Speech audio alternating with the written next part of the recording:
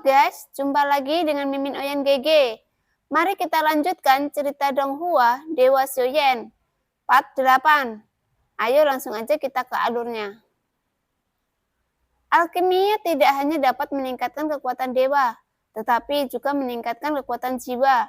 Faktanya, Xiaoyan menyadari bahwa setelah jangka waktu yang lama, dia terlalu memperhatikan kecepatan mengolah kinesis dewanya. Namun dia lupa bahwa dia masih memiliki seni untuk memurnikan obat. Mungkin sangat sulit untuk memperbaiki pil obat yang mencapai tingkat ini, tetapi efeknya tidak dapat disangkal. Dan kekuatan jiwa dapat terus ditingkatkan saat memurnikan obat. Jika Anda ingin membiarkan kekuatan jiwa menerobos ke dunia nyata, saya khawatir itu tidaklah sesederhana kultivasi, baik karena sifat langit dan bumi, atau memiliki bakat yang menakutkan melawan langit. Xiaoyan bingung. Dia tidak mengerti bahwa melatih kekuatan jiwa itu juga penting. Sekarang orang di depannya harus mengetahuinya dengan baik. Dari dia bisa belajar bagaimana membuat kekuatan jiwa menerobos ke dunia nyata. Mungkin dia dapat menemukan terobosan untuk meningkatkan jiwanya. Dan orang ini tampaknya tidak memiliki niat untuk melepaskan Xiaoyan. Itu benar. Kedua belah pihak mendapatkan apa yang mereka butuhkan, dan terserah siapa yang akan menang pada akhirnya. Memang benar, kamu bisa menebus formasiku sekarang, tapi jangan berpikir kamu bisa menang jika kamu menghancurkanku. Seperti formasi yang sebelumnya, aku punya ratusan formasi. Tapi aku tidak ingin membuang waktuku denganmu. Aku akan menunjukkan kepadamu mengapa jiwa-jiwa abadi membuat begitu banyak makhluk abadi cemburu. Di antara kata-kata itu, sidik jari pria itu mengembun dengan cepat. Dan mata saat yang sama, Xiaoyan dapat dengan jelas merasakan bahwa gelombang jiwa yang dipancarkan oleh pria itu lebih dari 2 kali lebih kuat dari sebelumnya. Xiaoyan tiba-tiba berbalik dan melihat Taiking dan Yoshio. Dan kemudian dia mengerti bahwa ketika pria itu menggunakan formasi, sebagian dari kekuatan jiwanya digunakan untuk menekan Taiking dan Yoshio. Pada saat ini, dia tampaknya telah mengambil keputusan dan berniat untuk menggunakan jiwa kekosongannya yang sangat kuat untuk sepenuhnya menekan Xiaoyan. 13 niat gerbang dewa, saya hanya bisa menggunakan formasi ini ketika saya mencekik langkah kelima.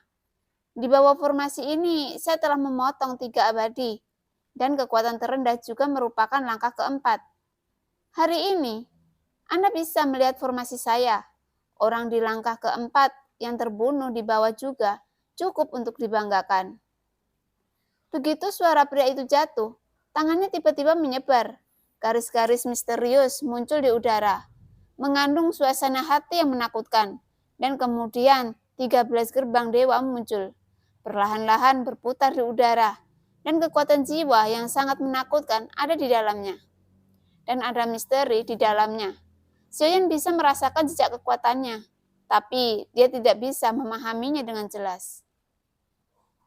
Kekuatan misterius yang dia rasakan dari formasi membuat Xiaoyan mengerti bahwa mungkin inilah arti sebenarnya dari jiwa di dunia nyata.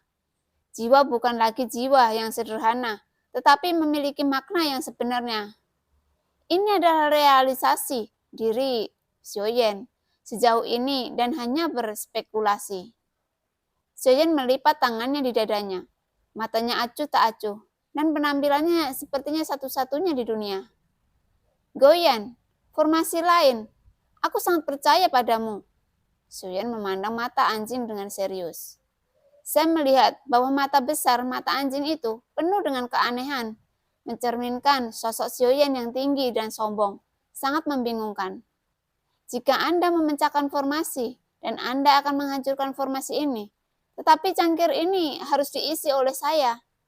Karena Anda tidak menebak cangkir apa yang Anda isi di sini, kata Goyan dengan marah. Xiaoyan malah tertawa, bukannya marah. Tidak peduli siapa yang menembak, aura ini secara alami tidak dapat dikalahkan.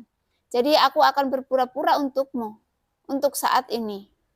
Xiaoyan berkata dengan sungguh-sungguh, dan mata Goyan menatap Xiaoyan dengan pandangan tidak percaya. Percayalah, jika kamu membunuh 1000 pisau, kamu akan tahu bahwa kamu dapat menggunakan tuan anjing sebagai penembak. Goyen mengatakan apakah dia bodoh atau tidak.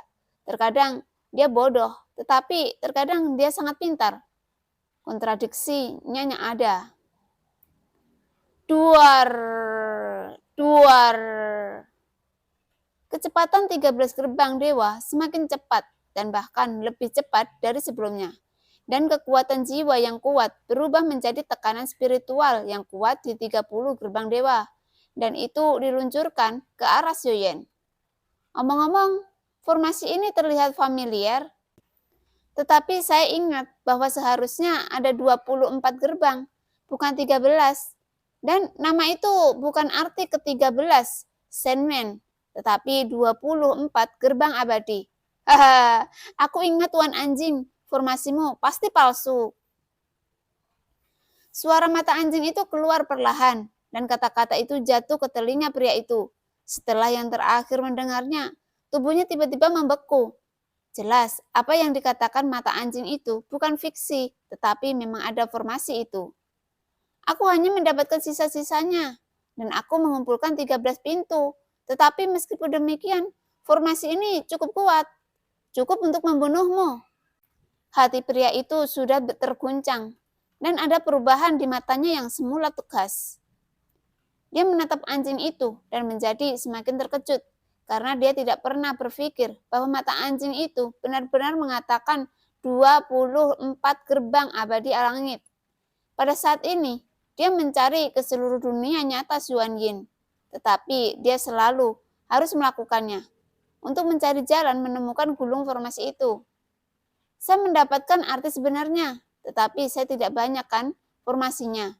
Jadi saya hanya bisa menyingkat 13 pintu dan bahkan memberinya nama baru.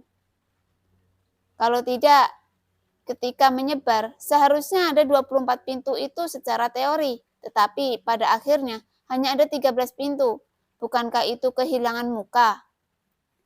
Mata pria itu penuh dengan kemarahan yang tidak bisa lagi sepenuhnya ditahan. Dengan tekan tiba-tiba dari telapak tangannya, 13 gerbang dewa menyelimuti Xiaoyan dengan kekuatan jiwa yang lebih kuat. Membunuh kegigihan 1000 pisau. Biarkan aku belajar sebentar, Tuan Anjing. Mungkin aku bisa menemukan formasi lengkap untukmu. Dengan kekuatanmu saat ini, jika kamu mempelajarinya, itu akan menjadi langkah pembunuhan. Goyen mengatakan bahwa ia tidak memilih untuk memecahkan formasi untuk pertama kalinya, tetapi pergi untuk melihat formasi.